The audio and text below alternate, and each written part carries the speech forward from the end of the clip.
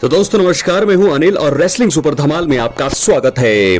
तो दोस्तों John Cena और कोडी रोड्स के सेगमेंट में आज बहुत कुछ हो चुका है और आपको बता दें कि इस पूरे सेगमेंट में हुआ क्या, किस प्रकार जो है अटैक हुआ जॉन सीना पर। लेकिन उससे पहले अगर आप लोग चैनल पर नए हैं, सब्सक्राइब करने के बाद ऑल पर क्लिक जरूर करें। सबसे पहले आपको बता दें जॉन सीना का थीम सॉन्ग हिट होता है और वो रिंग में आते हैं।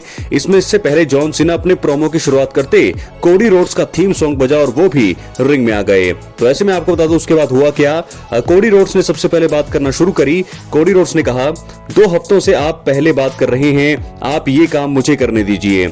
आप अलग अलग विषयों पर बेइज्जती करते हैं। मैं आपको पहले शब्द देता हूं, स्टार डस्ट। आपको शायद ये चीज पसंद नहीं आएगी क्योंकि आप रेसलमेनिया 41 में स्टार डस्ट से ही लड़ेंगे। मेरी गर्दन पर एक आर्म टैटू बना है। आप मेरे द्वारा बनाई गई कंपनी के बारे में बात करेंगे। मुझे ऐसा लगता है कि सुपरमैन सही मायने में अब मैं अब नहीं हूँ। मुझे लगता है कि आपके शब्द सही नहीं रहे हैं। आपने लोगों से झूठ बोला है।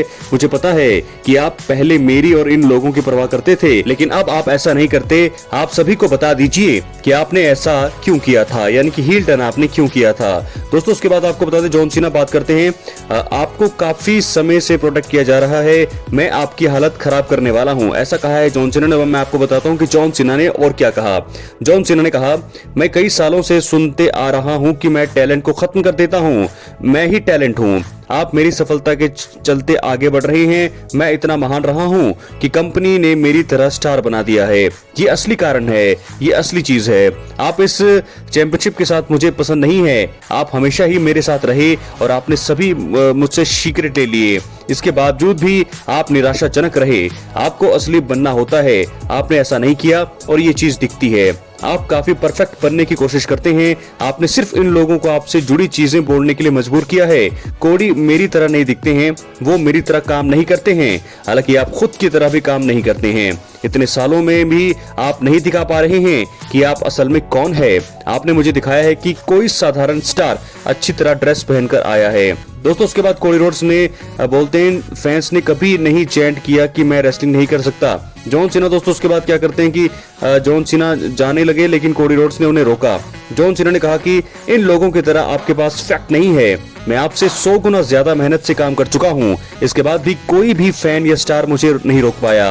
मुझे कोई धराशायी करने लायक नहीं रहा है। इसी वजह से मैंने खुद ही ऐसा कर दिया। इसी वजह से मुझे कुछ भी दिया हो, मैंने उनसे पेस्ट बनाया है।